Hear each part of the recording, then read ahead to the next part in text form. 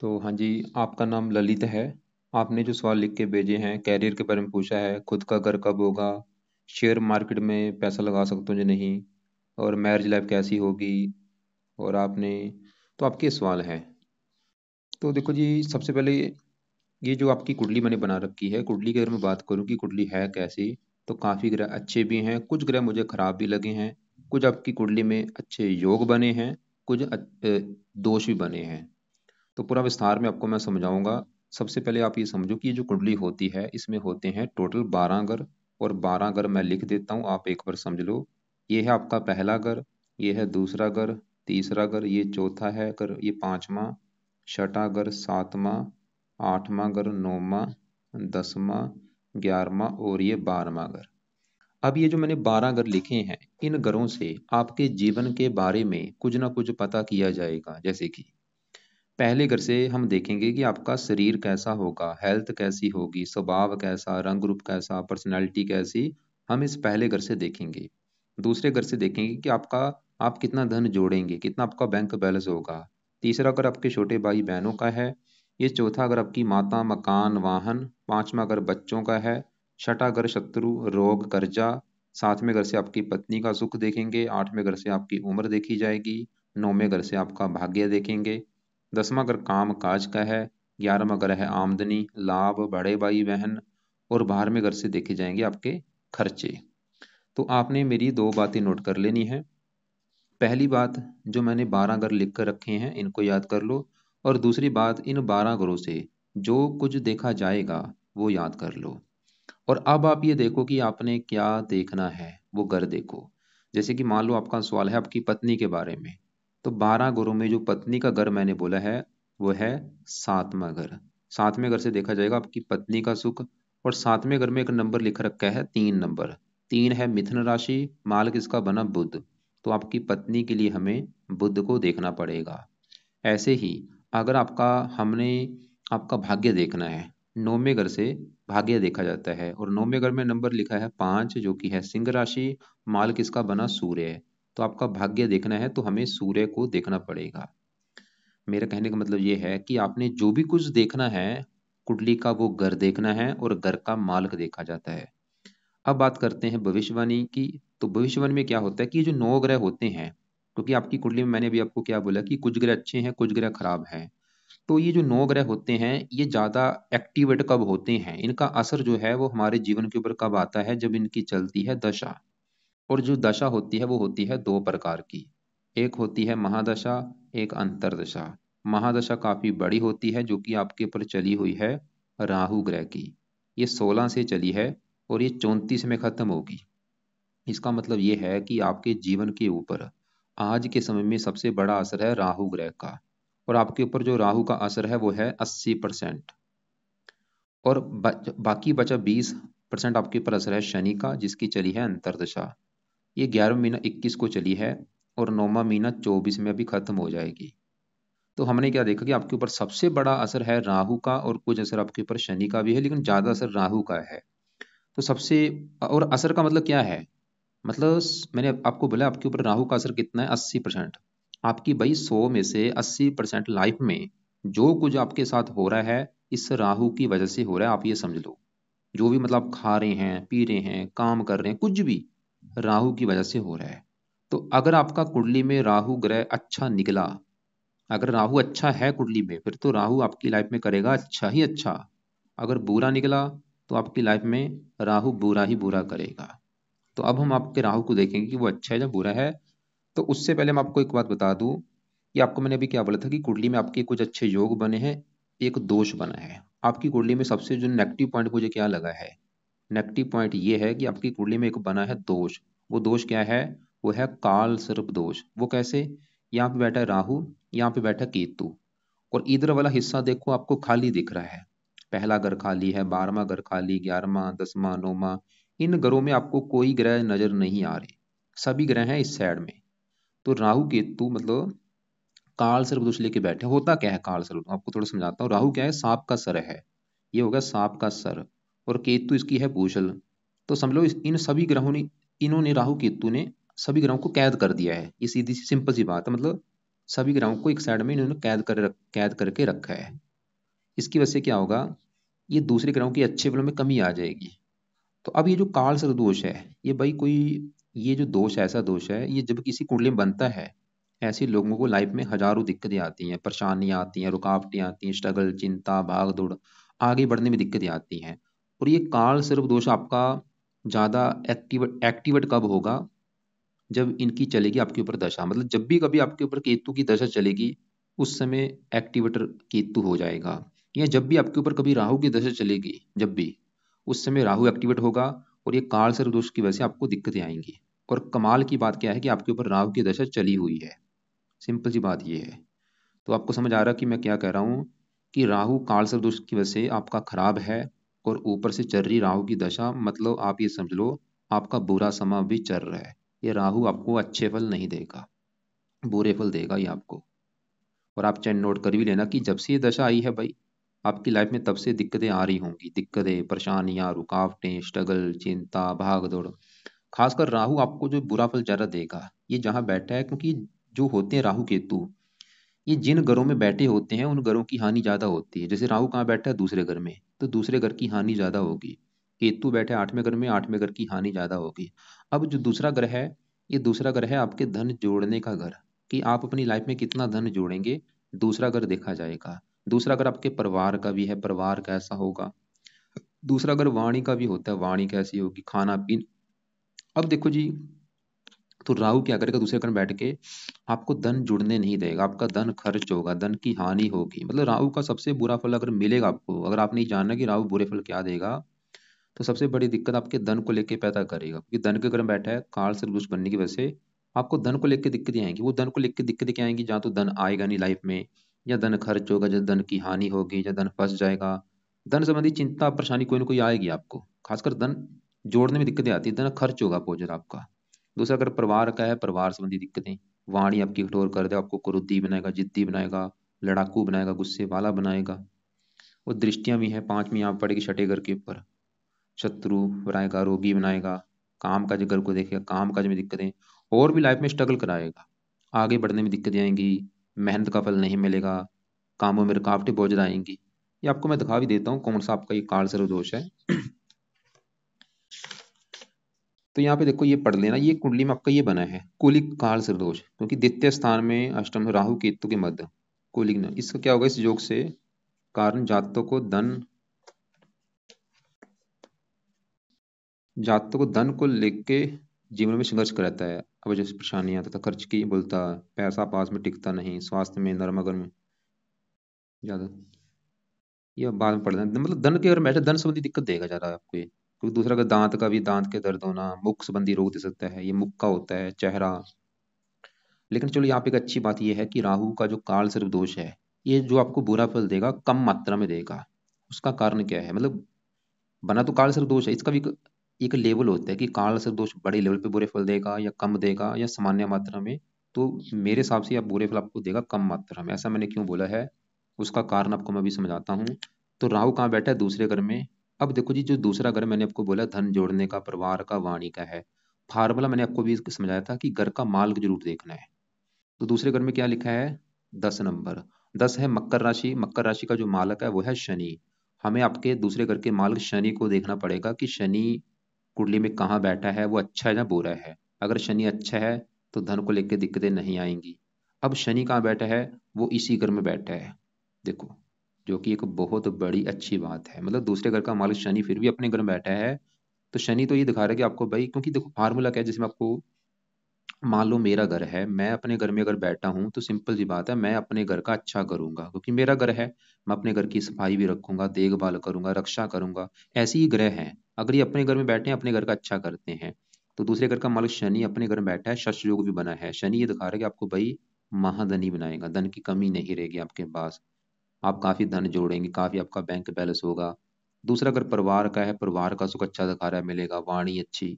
लेकिन यहाँ पे शनि के अच्छे फल में कमी आ रही है साथ में राहु के बैठने की वजह से, और राहु के बुरे फल में कमी आ जाएगी साथ में शनि बैठने की वजह से। मतलब शनि अगर यहाँ पे अकेला होता, फिर तो आपको बनाता महाधनी। तो लेकिन गड़बड़ कहाँ पे हुई है साथ में। और ये क्योंकि शनि देखो जी, धन का मालिक अपने घर में बैठा है, जो मुकेश अंबानी के पिताजी थे, उनकी कुंडली में शनि अपने घर में बैठा था, तभी वो जातक धनी बन पाया। अब करना क्या है, सवाल सिंपल सी बात है कि क्या किया जाए ये जो काल सर्प दोष आपका खत्म हो, राहु का बुरा फल आपको ना मिले। मतलब आप ये समझ लो जो भी आपको दिक्कतें आ रही, चाहे कार्य में आप आगे नहीं बढ़ पा रहे, जो भी दिक्कतें हैं, ये काल सर्प दोष जो बना हुआ है ये जब तक आपका खत्म नहीं होगा, जब तक आप राहु के उपाय नहीं करेंगे, आपको दिक्कतें आती रहेंगी। तो राहु के उपाय आपके लिए उपाय है बहुत जरूरी। तो क्या उपाय है, जिसमें से पहला उपाय है रात के समय राहु कवच का पाठ आपने पढ़ना है, या इसको ऑडियो लगा के सुन लिया करो। 2 मिनट का पाठ है, रोजाना रात को, मतलब इस पाठ को 2-3 बार पढ़ो। एक बार पढ़ लिया है दोबारा फिर पढ़ लो, फिर पढ़ लो, या सुन लिया करो 2-3 बार। दूसरा पाए, राहु स्रोत का पाठ आपने पढ़ना है या इसको भी सुनना है। 2 पाठ है, राहु कवच राहु स्रोत, 2-2 3-3 पाठ पढ़ो। तीसरा पाए, राहु का दान करना शुरू कर दो। क्या राहु का दान होता है वो आपको मैं वीडियो अलग से भेज दूंगा, उसको देख लेना। चौथा उपाय, राहु को सही करने के लिए कुछ देवी देवताओं का सहारा लेना पड़ेगा, जिसमें से पहले नंबर पे है शिव जी। मतलब शिव जी के रोजाना मंदिर जाना शुरू करो। वहां पे जाके क्या करना है, वहां पे शिव जी के मंदिर में जाके ओम नमः शिवाय, ओम नमः शिवाय ये जाप भी आपने करना है। वहां पे बैठ के 10-20 मिनट जाप करो, शिव चालीसा पढ़ सकते हो। और शिव जी के अलावा आप दूसरे नंबर पे है दुर्गा चालीसा का पाठ पढ़ना शुरू करो, उससे भी आपका राहु अच्छा होगा। तीसरे नंबर पे हनुमान जी आएंगे, हनुमान जी की पूजा उपासना करो। हनुमान जी का कोई ना कोई पाठ आपने पढ़ना है, चाहे वो हनुमान चालीसा है, चाहे बजरंग बाण है। तो ये 3 देवी देवताओं का अगर सहारा लेते हो, राहु आपका, ये राहु दोष भी खत्म होगा, काल से दोष जो बना है राहु भी अच्छा होगा, उल्टा राहु आपको अच्छे फल देना शुरू हो जाएगा। तो एक बार मैं फिर रिपीट करता हूँ कि राहु कवच स्रोत के दोनों पाठ पढ़ने हैं रात के समय, या इनको सुना करो, दान करो, शिव जी दुर्गा हनुमान जी इनकी पूजा उपासना करो। नीले कपड़े पहनने बंद कर दो, बल्कि नीला दान किया करो। दान की वीडियो जरूर देख लेना, क्या दान है वो दान जरूर करना, ज्यादा ज्यादा करो। रोजाना कर सकते हो रोजाना करो, या हफ्ते में 3-4 दिन कर दिया करो। और दान करना कब तक है, जब तक राहु की दशा है। अब देखो जी, आपके ऊपर राहु की बड़ी दशा है, छोटी दशा चली हुई है शनि की, जो कि 11 महीना 21 से चली हुई, पिछले 2-3 साल हो चुके हैं, और ये अभी 1-2 महीने में खत्म हो जाएगी। और शनि आपको मैंने बता ही दिया कि शनि आपका है बहुत ही अच्छा। वो तो ये दिखा रहा है कि आपको धनी बनाएगा, आपके पास धन की कमी नहीं रहेगी, लेकिन गड़बड़ साथ में राहु की वजह से हो रही है, क्योंकि राहु शनि जब एक साथ बैठते हैं, एक दोष और बनता है, इसे कहते हैं श्रापित दोष। ये श्रापित दोष की थोड़ा सा बना हुआ है। राहु शनि अच्छा था, लेकिन राहु की वजह से थोड़ी सी दिक्कत आ रही है। तो राहु अगर आपने सही कर लिया, शनि भी अच्छा हो जाएगा, लेकिन शनि का भी फिर भी आपने एक उपाय करना है। तो शनि का उपाय क्या है, शनि चालीसा का भी पाठ रात को पढ़ा करो, और ये पढ़ते रहो लंबे समय के लिए। और हो सके अगर कभी टाइम लगे शनि मंदिर में माथा टेकने भी जा सकते हो, नहीं तो शनि चालीसा रात को पढ़ लिया करो या सुन लिया करो। वैसे इस दशा भी आपकी शनि की खत्म हो जाएगी। ये शनि अच्छा है ये, क्योंकि अपने घर में बैठा है, शश को बना हुआ है। अब क्योंकि जो काल सर्प दोष है वो राहु केतु दोनों की वजह से बनता है, तो राहु तो आपके दूसरे घर को खराब कर रहे, दृष्टियां भी पड़ रही, 5वीं यहाँ पे, 7वीं यहाँ पे, 9वीं यहाँ पे, काम काज में। वैसे राहु की ये उच्च राशि है, ये स्वय राशि है, लेकिन फिर भी अगर अगर भाई आपका काल सर्प दोष ना होता, राहु बहुत अच्छे फल देता, क्योंकि वो मित्र राशि में बैठा है, उच्च राशि को देख रहा है, मित्र राशि को देख रहा है।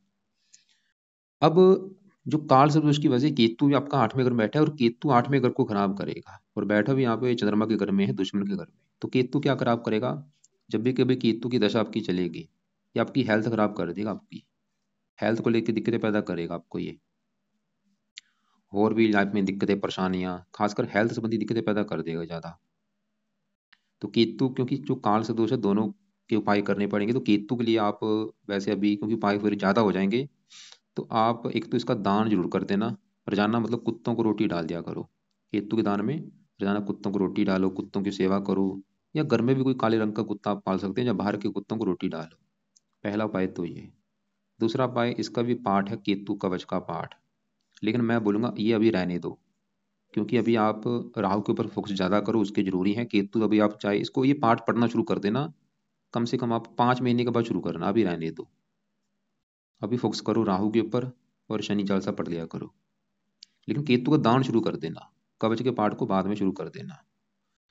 अब आपकी हम बात करते हैं दूसरे ग्रहों की भी, दूसरे ग्रह आपके कैसे हैं। आपने देखो जी, मुझे एक सवाल लिख रखा था पत्नी के बारे में, किसी ने बोला है कि भाई आपका तलाक हो सकता है। तो अब आपका देखो जी, पत्नी का अगर सुख देखना है, क्योंकि मैंने आपको बोला 12 घरों से कुछ ना कुछ देखा जाता है। तीसरा घर होता है छोटे भाई बहन, चौथा घर माता का होता है, पांचवा घर बच्चों का होता है, ऐसी सातवां घर है आपकी पत्नी का घर।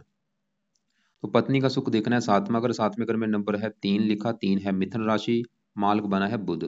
तो आपकी पत्नी के लिए हमें बुध को देखना पड़ेगा। और बुध के अलावा शुक्र जो है ये पत्नी का कारक होता है, शुक्र को भी देखना पड़ेगा। मतलब हमें कम से कम 2 ग्रह देखने पड़ेंगे आपकी पत्नी का सुख देखने के लिए। तो पहले अगर मैं बुध की बात करूं कि बुध अच्छा है या बुरा है, और ये ग्रह देखो जी अच्छे होते क्यों हैं। अगर ये ग्रह अपने घर में बैठे हैं, या अपने दोस्त के घर में बैठे हैं, या उच्च घर बैठे हैं, फिर तो अच्छे फल देते हैं। अगर ये दुश्मन के घर में बैठे हैं या नीच के बैठे हैं, अच्छे फल नहीं देते। तो सातवें घर का जो मालिक बुध है वो कहाँ बैठा है, तीसरे घर में, वहां पे नंबर 11 लिखा है, ये है कुंभ राशि, ये शनि का घर है। और बुध शनि को अपना दोस्त मानता है। और साथ में इसके सूर्य बैठा है, सूर्य इसका दोस्त भी है। यहाँ पे एक योग बना है बुध दित्य योग। मतलब बुध सवाल की अच्छे जो बोले तो बुध आपका भाई काफी अच्छा है। क्यों अच्छा है? क्योंकि वो दोस्त के घर में बैठा है। और सातवें घर को पहला घर माने, 1 2 3 करके अपने घर से 9वें घर में बैठा है। मतलब बुध ये दिखा रहा है कि आपको पत्नी का सुख अच्छा मिलेगा, बल्कि पत्नी के आने के बाद आपका भाग्योदय भी होगा, क्योंकि अपने घर से 9वां घर भाग्य का है। पत्नी आएगी तो आपका भाग्य साथ भी देना शुरू हो जाएगा, और पत्नी का सुख अच्छा मिलेगा। बुध ये दिखा रहा है।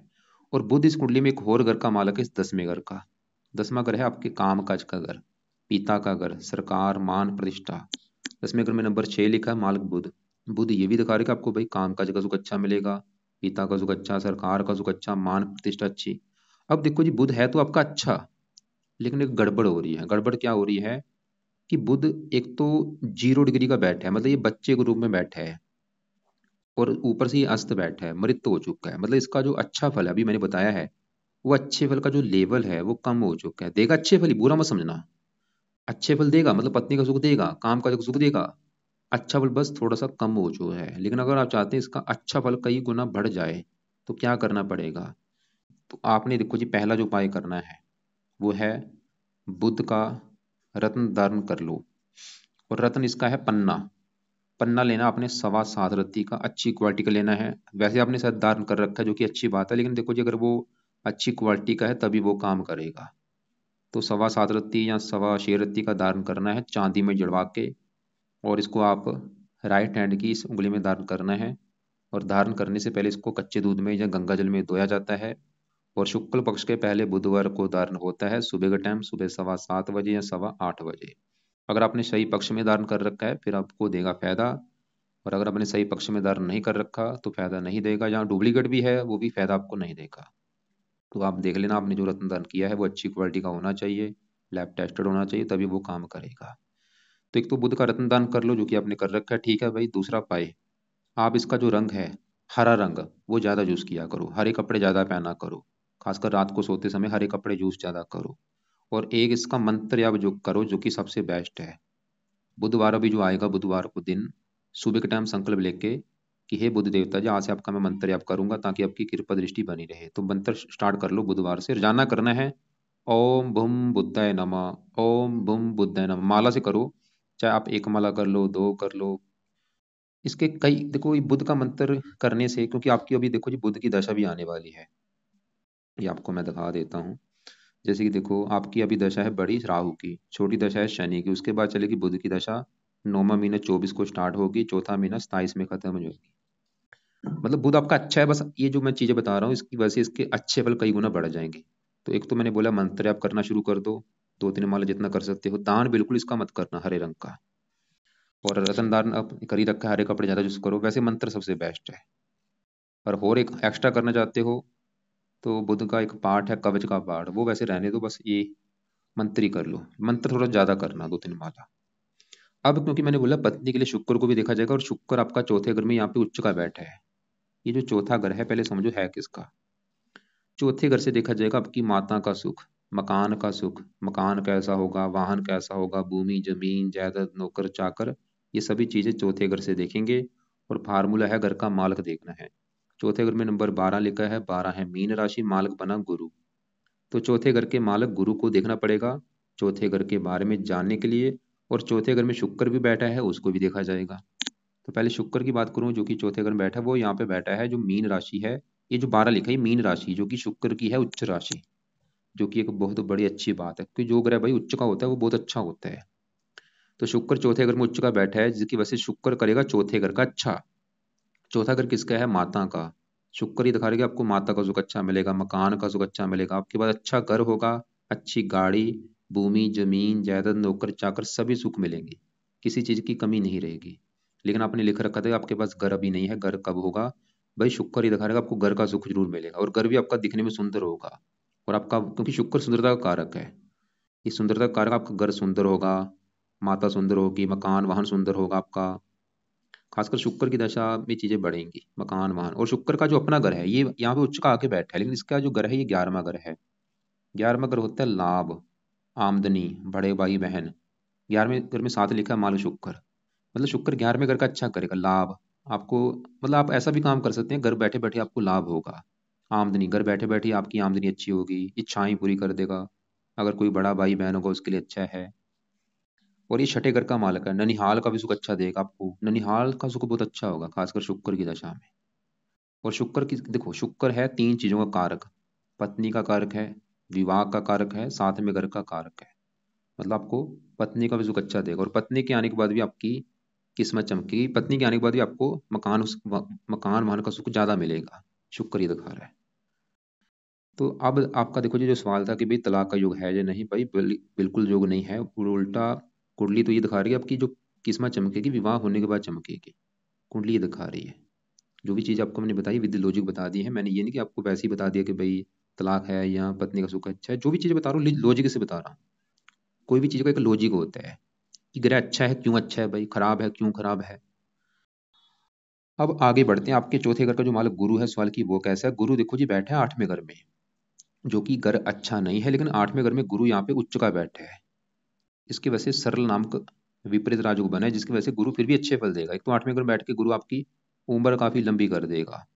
और गुरु चौथे घर का मालिक है मकान वाहन, ये बैठा 8वें घर में उच्च का, मतलब चौथे घर का मालिक है गुरु। आपको देखो जी मकान वाहन का सुख देगा जरूर, लेकिन गुरु ही दिखा रहा है कि अगर आप घर से दूर जाएंगे वहां पे आपको ज्यादा फायदा होगा। जो आपकी जन्मभूमि है, जन्मभूमि को छोड़ के आप अगर दूर जाते हैं वहां पे आपको मकान वाहन का सुख मिलेगा। दूर जाने का मतलब होता है चाहे वो कोई दूसरी कंट्री है चाहे आपका अपना ही देश है, तो घर से दूर जाएंगे आपको वहां पे मकान वाहन का सुख मिलेगा। और गुरु इस पहले घर का मालिक है जहाँ पे 9 लिखा है। पहले घर से आपका शरीर, सेहत, स्वभाव, रंग रूप, पर्सनैलिटी। शरीर चला गया 8वें घर में, विदेश के घर में, मतलब आपको घर से दूर लेके जाएगा गुरु ये, खासकर गुरु की दशा में। उम्र लंबी कर देगा, उच्च का बैठा है फिर भी ये ठीक ठाक आपका, थोड़ा सा केतु से तो बैठा है लेकिन फिर भी गुरु अच्छे फल ही देगा। घर से दूर जाएंगे आपको वहां पे ज्यादा फायदा होगा। अब ये 5वां घर इसकी बात करती है, 5वां घर आपकी संतान का घर। अगर हमने आपकी संतान देखनी है 5वां घर देखेंगे, और फार्मूला है घर का मालक। 5वें घर में एक लिखा है, एक है मेष राशि, मालक मंगल। तो संतान के लिए देखा जाएगा मंगल को, जो कि बैठा है छठे घर में। छठे घर से क्या देखते हैं? रोग, रोग, शत्रु, कर्जा, कोर्ट कचहरी। मंगल थोड़ा सा खराब है, रले मिले फल देगा, मतलब थोड़े से मंगल बुरे फल ज्यादा देगा, क्योंकि तो मंगल छठे घर में, खराब घर में, ऊपर से शुक्र की राशि है शत्रु राशि। क्या खराब फल देगा? संतान, छठा घर रोग, संतान को रोगी बना देगा, या फिर संतान से आपकी मनमुटाव होंगे, कम बनेगी। लड़कियां ज्यादा पैदा कर देगा, लड़का कम होगा, ये भी दिखा रहा है। और ये 12वें घर का स्वामी खर्चा, इसकी दशा में आपका खर्चा बढ़ेगा। कहाँ पे? बीमारी के ऊपर भी आपका खर्चा बढ़ेगा, दुश्मन के द्वारा खर्चा बढ़ेगा।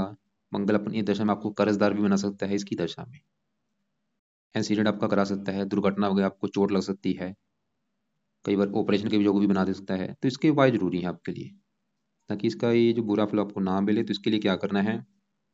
एक तो है मंगल कवच का पाठ, ये सुबह के टाइम पढ़ लिया करो, पहला उपाय ये।